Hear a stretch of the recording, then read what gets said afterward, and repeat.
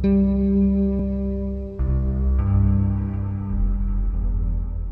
isn't a day that goes by where you can't pick up the newspaper, turn on the television, and not hear the phrase September 11th. Now, for most of us, that's still a very chilling phrase to hear. But for the families, it's a whole different experience. They can never escape it. The way that Jeff died and the way that these other people died is just so unimaginable. It's a bad Hollywood movie with a very sad ending. And unfortunately for us, it's real life. There are examples every day of how the rest of the world has managed to move on, and 9/11 for us lives on as though it happened yesterday. It would be a lot easier if my wife's plane just, crashed and she died. As horrific as that sounds, it is. Now you add on the fact that it's the largest tragedy that ever happened on American soil. It's very difficult to die a public tragic death. I mean, as I've come to find out, because it never goes away. But it just became clear that this was a bigger event than just, my mom passing away from cancer. I mean, this was huge.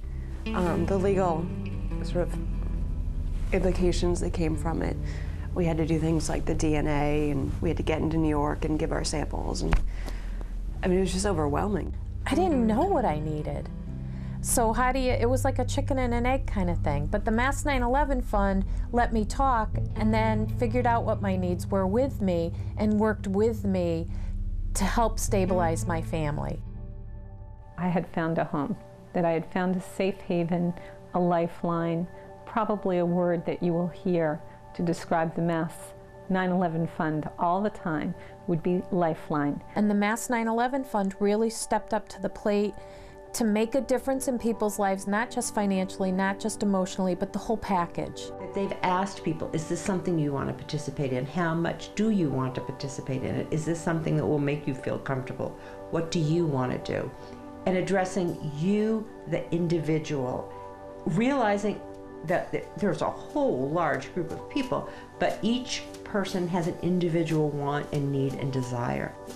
In the confusion after 9/11, families in Massachusetts were faced with so many different needs, so many different obstacles, and no one place to go where they could have all of their needs addressed, ranging from financial planners, legal services, services for their children, psychological services, respite services. There was no one place where people could go, and what we felt at the 9/11 Fund was that this would be the place that would be essentially, you could go and get all the services that you needed, and that we would be helping you through a process that could be very, very bureaucratic. The Mass 9/11 Fund, more than any other organization I've ever been involved with, really listens to the families and tries to meet the needs.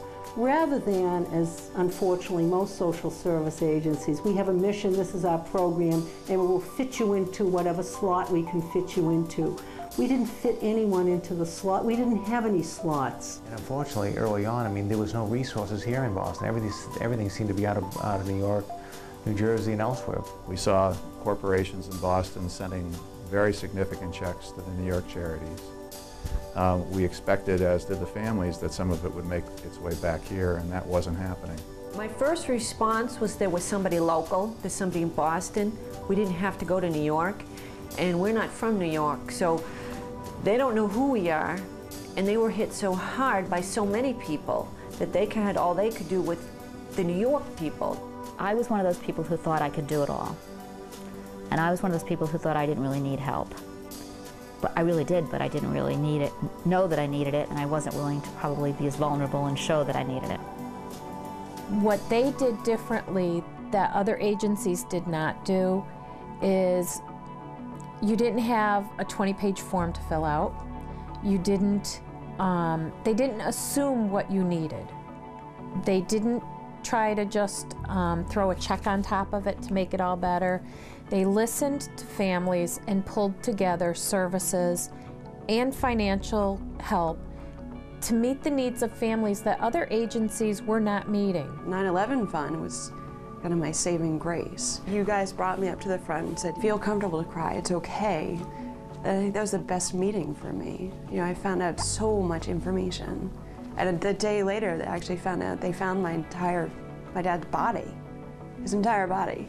And it was right after that meeting. It was so strange how it worked out. Putting events together for the kids to get together and for them to see each other, and then for us as adults to see each other socially and just relax and just be goofy and then also talk business at the same time. It's a little bit strange at times when you see the kids playing and, you know, 2 5-year-olds are sitting next to each other and they talk about, well, how did your dad die?